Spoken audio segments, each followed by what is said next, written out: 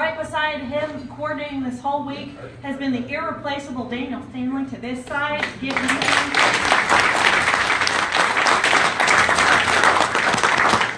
and of course, sitting in front of me, I could not have been on this journey without him, and I try to thank him just every chance I get, because without him by my side, I couldn't be here today. My husband, Mr. Jason Kilgore.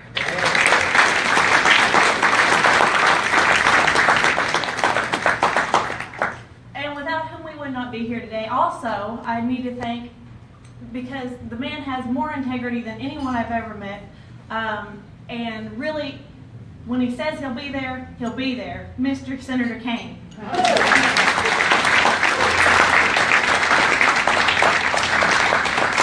He told me in April that he would be here before I even decided to run, and here he is today with us.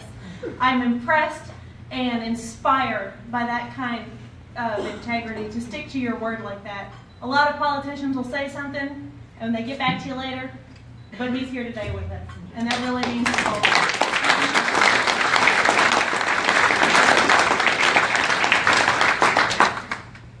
So on Tuesday, it's 4 days away, it really sneaks up on you. On Tuesday, we here in the great Commonwealth of Virginia have a very unique opportunity. We have the opportunity to be the election after the big one. We are the first election after the doozy of a 2016 presidential election. No matter what side you were on, it was a doozy. And we have an opportunity to set the tone and to go forth for our nation after that. I'm going to bore you with some facts. Historically, Virginia has a trend in place for our gubernatorial elections. We have the tendency, and you can look back through the years of history, through every Virginia election since we've had presidential elections, Virginia has the tendency to go to the opposite party of the sitting president, which is good news for us. It's great news for us. The only exception to that rule is in 2013, when Governor McAuliffe was elected over Mr. Cuccinelli in the year following President Obama, which is again good news for us. However, in 2009, we found ourselves in the same situation after a rousing and energizing, the most exciting presidential campaign I've ever seen. 2008, imagine where you were this night 9 years ago, because today is the 9th anniversary of the day before that presidential election. Imagine how excited you were. And then that next day, how great it was. And all of 2008, how wonderful. And 2009, and there was no way that we were going to back down. And in 2009, Virginia, yet again, followed its own trend, and we elected Governor Bob McDonnell. But that's just a trend, right? That didn't mean anything. Except that all of our high hopes and all of our bubbles were burst in 2010, when in fact it did mean something. And the House flipped. And the House has stayed flipped. And it has been detrimental since. In that moment, Governor McDonnell was a harbinger. He was an indicator of what was to come. Bigly indicator of what was to come. And we have that opportunity again. We have the chance on Tuesday to set the tone not only for 2018, but for the next 8 years to come. We have that chance. We have the opportunity to take back what has been taken from us. We can set a tone that we are going to move forward. We are going to move to the future. We are going to have hope. Hope, as we said this day 9 years ago, is not a four-letter word. It's not an ugly thing to hope. The four-letter word is fear. And we are being led with fear right now. This is our chance to bring back the hope, to bring back the active hope to this area. Not only this area, this state, this nation as a whole. Our actions on November 7th have that opportunity. We can send the message to the entire nation.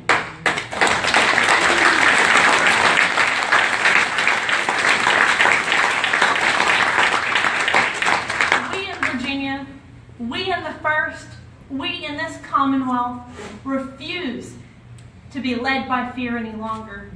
We are going to move forward, and we are going to hope again.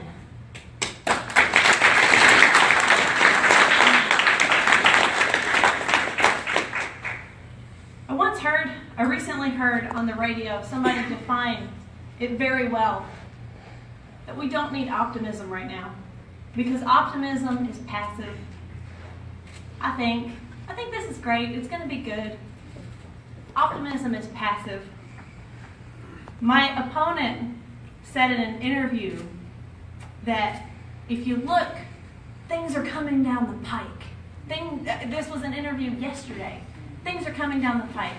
You know, we can be hopeful, but is that hopeful? No, it's optimistic. It's passive. Hope is what is active. So we need to be active and move forward. We can have 24 more years of what we've had right now. We can keep with our fear. We can keep going the same route, but do we want more of the same, or do we want something different? Do we want something new? Do we want 24 more years of what we've had in the First, or do we want even one more year of what we've had in the nation? No. So we must move forward with hope and compassion and love. These are not hippy-dippy ideals of the millennial youth. These are the ideals that our nation was founded on, that our state runs on.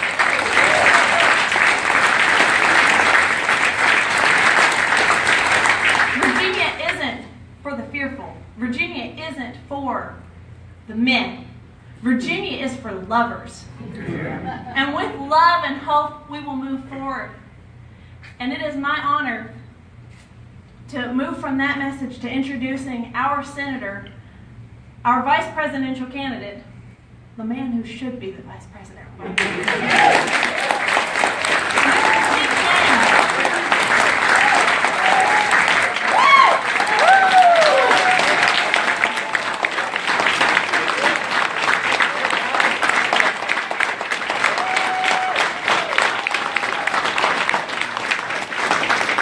Wasn't that fantastic?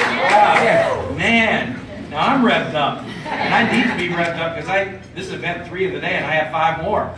So Alicia, you've given me just the jolt of energy I need. What a great speech, and how proud of you everybody is, and how excited about this race.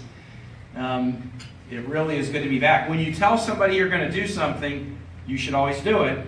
And I did tell Alicia that I would come for her before she had, I guess, even gotten into the race, or maybe before you won the primary, certainly.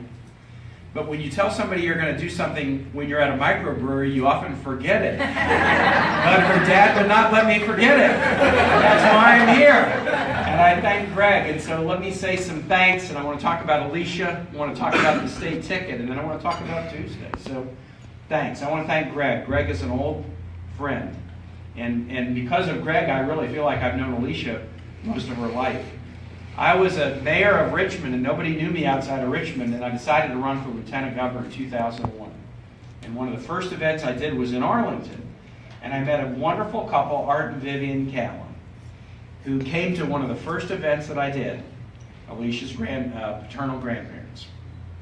And a couple weeks later, I was doing an event in Wise, and I met this guy, Greg Kallen. It's funny, I just met some Kallens up in Arlington. They're my parents. And so from that race for lieutenant governor in 2001, meeting your folks, and I was just with Vivian at a fundraiser in Arlington last week for other House candidates who were running up in Northern Virginia. And so Art and Vivian, and now Greg, and now Alicia, what a great, great family. And I just had a chance to meet Alicia's mother-in-law here too, which is so cool. Grandmother. I thought it was mother-in-law. A grandmother-in-law. And so that's so cool. But being together with this family means a lot to me. So I want to thank Greg for friendship. I want to thank other buddies, Doug and Ronnie and Jack, who when I was running for lieutenant governor, Doug, I think you were on the board then, and then Ronnie, maybe the same year I was running for lieutenant governor, you were running for commissioner of revenue. And Jack, who I met, and Ronnie, and so many others. And one other longtime friend I just want to mention is Becky Coleman, because Becky's worked with Congress and Mary Ellen Tate's one of the first people that I ever knew in Southwest Virginia, and Abington is here today, so I have a lot of good friends. But I'm sort of most excited, I would say, I'm most excited not about my longtime friends, I'm most excited by the East Side Young Dems and by the UVA Young Dems, and what a great thing to see you here supporting these candidates. So that's my thanks, and it's always good to be back in Wise. People have been asking about how Ann is doing. Ann is really well. She's teaching education policy at George Mason now. And with a group of people from George Mason, she's in India.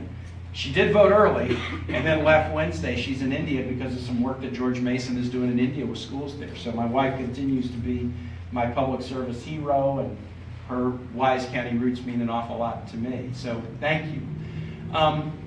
Alicia, you stated it powerfully, and Doug did a good job in talking about you and why you're needed. First about you, and then about your, as a harbinger, indicator of things to come. We've got to have people, we have to have more people in the General Assembly who know something about healthcare and have a passion for expanding healthcare. It's just been an absolute tragedy that Virginians have been paying taxes for years, but refusing to expand Medicaid. And you have 450,000 people in this state who are entitled to Medicaid, but cannot get it because of a hard-hearted legislature that will not do what is moral to do, humane to do, and cost-effective to do. And so, look,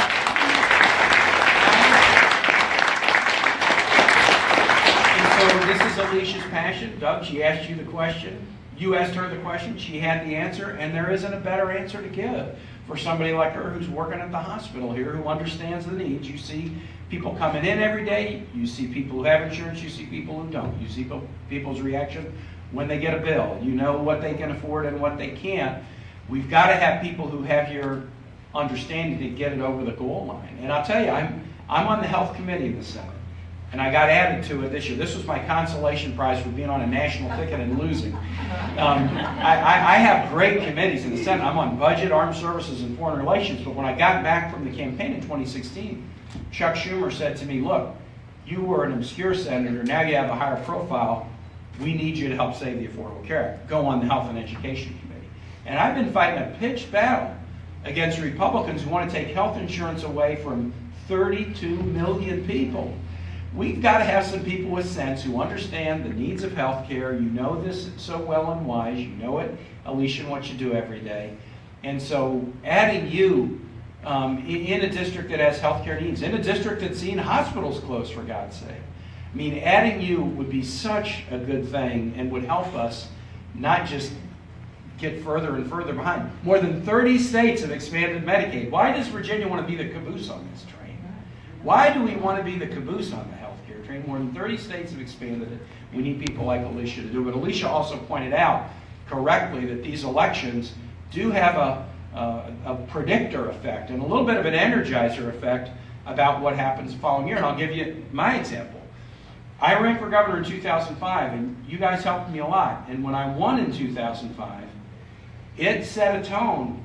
And then in 2006, the Dems took over both houses, the Senate with Jim Webb's election and the House. The 2005 election in Virginia during the second term of President Bush, when it went Democratic, it kind of gave Democrats a little bit of wind beneath the wings.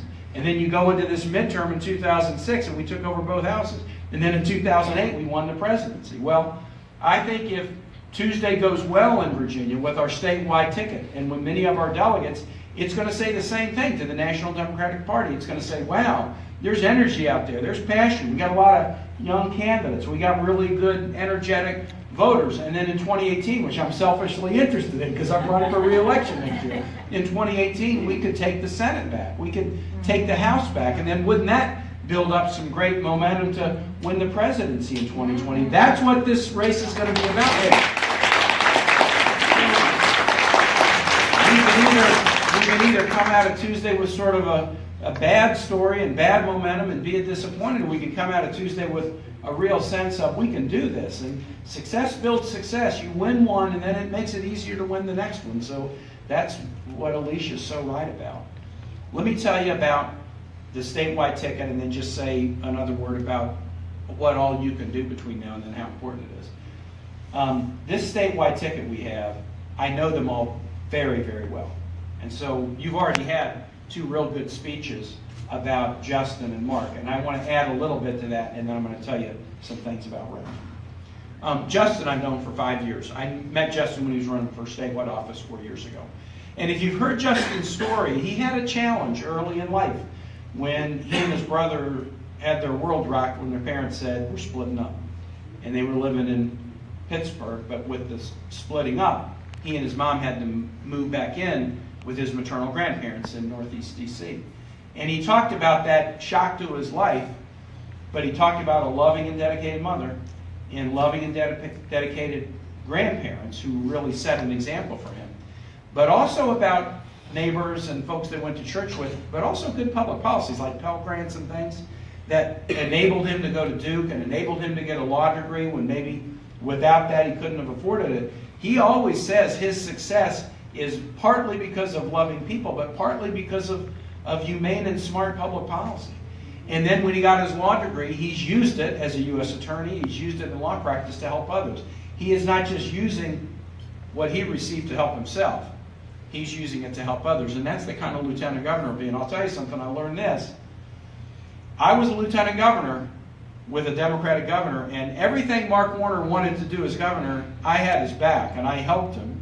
And we did what we could as I was presiding in the Senate. I remember once I cast not a tie-breaking vote, but like a procedural vote in the Senate to help Mark do something, and Senator Ken Cuccinelli filed a lawsuit against me. But I didn't care. I was going to do what I could to help my Democratic governor do some good things for the state. Then I got to be governor, and I had a Republican lieutenant governor, Bill Bowling. Now, he and I always got along fine, but he did not share my agenda. And it made it more difficult for me to get done what I wanted to get done when I had a presiding officer of the Senate that was the other party. So electing Justin is really, really important. You know, we will not have a Democratic majority Senate because the Senate's not up for 2 years. We may have to wait 2 years to get that. But if we can have a Democratic presider, that will help. That will help the Senate work a lot better. So Justin Fairfax. Mark Herring. I kind of have a feeling about Mark Herring like he's one of my kids. I was teaching at the University of Richmond, teaching legal ethics from 1987 to 1993. I was practicing law. Once a year, I teach a legal ethics class. And in 1989, I had this young kid. Mark Herring is one of my students. And he was a really good student. I got to know him. Years later, I'm running for lieutenant governor. I'm the mayor of Richmond, and I do an event in Leesburg, and here's Mark Herring. And he's on the Loudoun County Board of Supervisors, serving in local government, like many of the folks here. And that made me very proud to think one of my students, who I always tried to inspire my students to be in public service, one of them is doing that. But I'll tell you what I'm really proud about. Mark then ran for a special election after I had been governor for 2 weeks. And we went up there and pounded the pavement in Loudoun for him. And he got elected 2 weeks into my term as governor. I saw him as a great state senator. But where I've really been proud of him is being AG. You know, the Attorney General's office should be an office that fights for justice. You know, the great attorney generals, think Bobby Kennedy, Eric Holder was a great AG, they should fight for justice.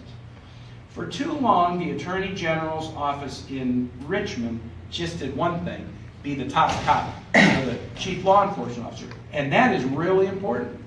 That's really important. But there's other things too. You ought to be fighting for consumers. You ought to be fighting for low utility rates. You ought to be fighting for equality.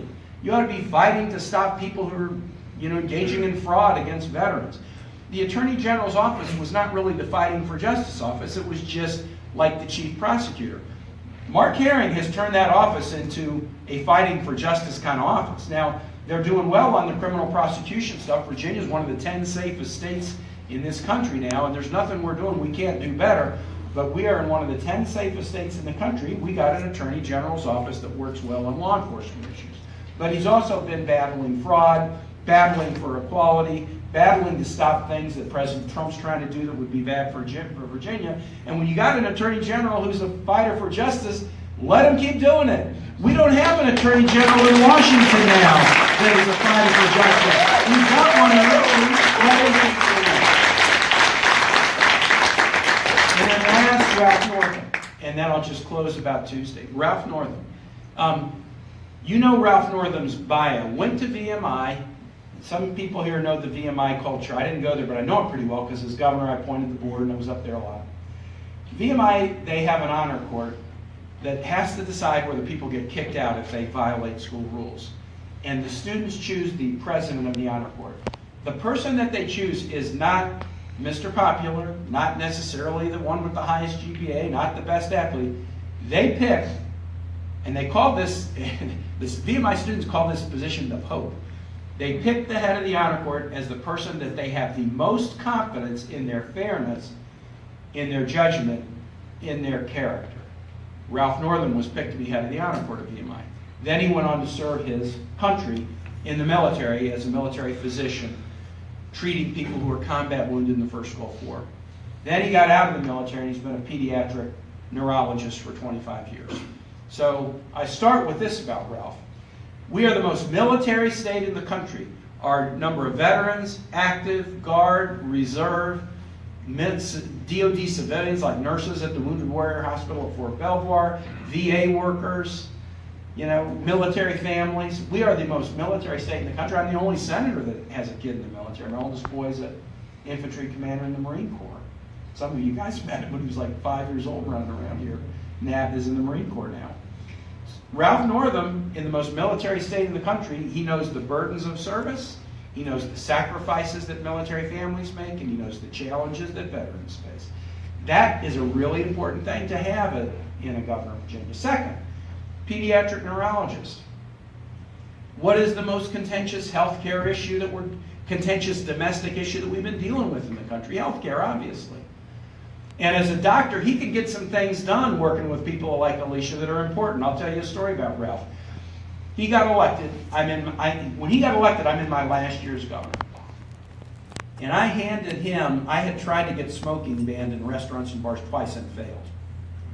We took the state senate back. I wanted to do it a third time. I'm really stubborn.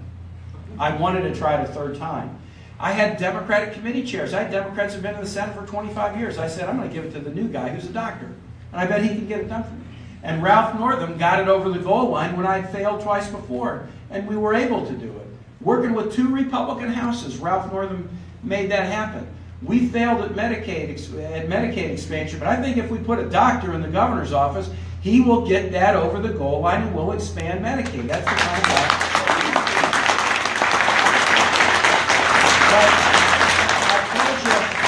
I've told you what he knows. He knows veterans and military, and he knows healthcare. Let me really tell you about who he is.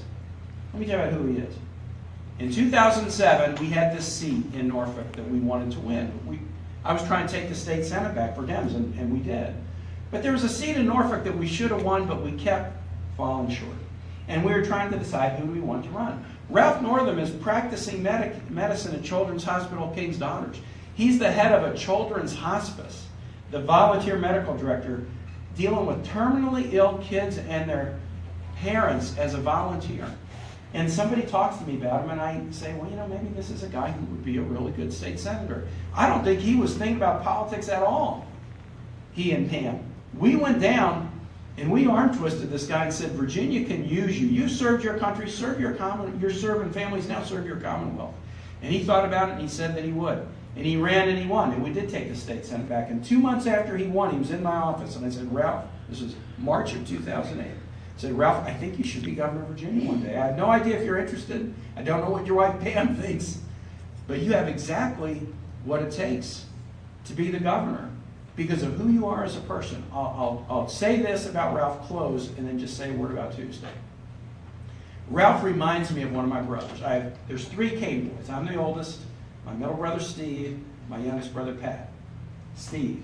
Steve was the boy in my family who was the complete wiseacre, joker, voice mimic, cartoonist, funniest of the 3 of us.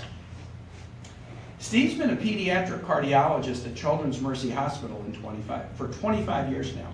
And you know what? He's not so funny anymore. He's still got a twinkle in his eye because he's working with kids every day. But I'll tell you something about my brother. 2.5 decades of dealing with families who say, what's wrong with my baby? What's wrong with my 2-day-old baby? The most precious thing in my life. It sort of changed my brother's attitude a little bit. Because you're having to deal with people, and this is what Ralph does at Children's Hospital King's Daughters and at the hospice. You're dealing with people at the most emotional moment of their life, where the most precious person in their life has got a problem, and you've got to deliver them news, and it's not always good. And you have to be honest and candid, but offer people some hope. You got to be a good listener. You got to be decisive. We have to do this, and we have to do it now. A listener, a compassionate person, decisive, offer people some hope. I mean, can you think of the kind of character trait that you would rather have in somebody who was your governor? I'll tell you something. When I ran for governor in 2005, I did not know that I would be governor during the worst shooting in the history of the United States. I did not know that I would be governor when the economy went into the biggest recession for the last 75 years. I tell you this, I'm predicting a lot of good for Virginia. But let's be honest, life is life. It won't be all good. There will be some tough times and some challenging days. And in some ways, you earn your pay a lot more on the hard days than you do on the good days. And so I know that Ralph Northam, given what he has done, is a person who you can count on. And you can especially count on the days when the chips are down. So I just don't think it's a comparison. I mean, if what we needed as a governor were somebody, you know, we need more lobbyists or stuff as governor, well, fine, go for the other guy. I think we need a healer.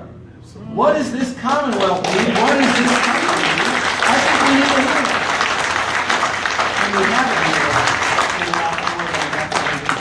So I'll just say the last thing about Tuesday, and this goes back to what Alicia said. This race is a turnout race. Presidential year, last year I'm on the ticket, turnout's like 70% in Virginia and nationally. 1 year later, governor's race, if experience is a guide, turnout will be down 40 or 45%. And our challenge is less the other side than it's apathy.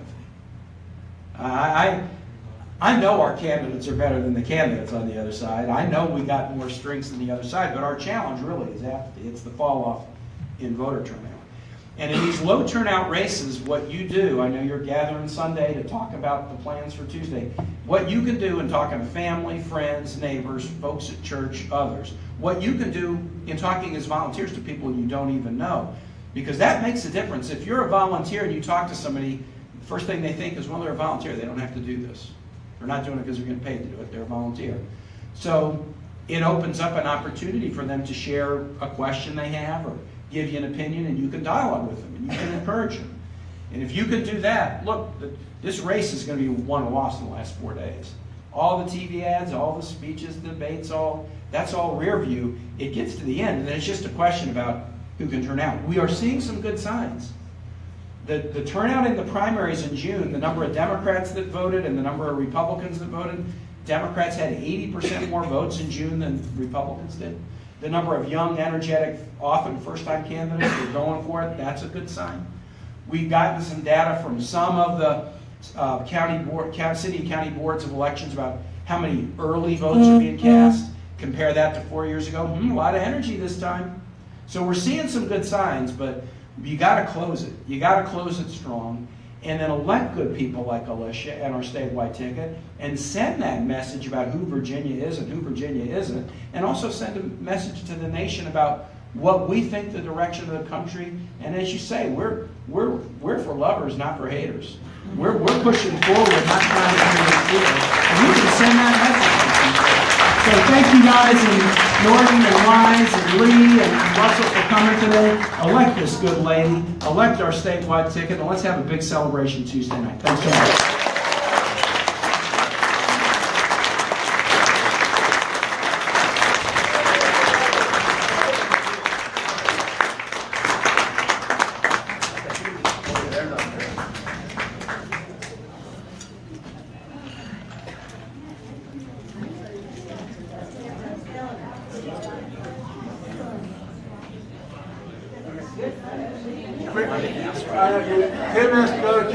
Just a word.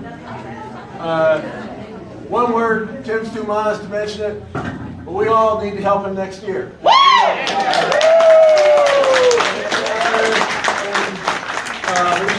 Castlewood too. If anyone, we're still taking donations.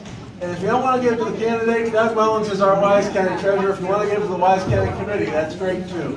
And thank you all for coming, and we'll see you on the campaign trail.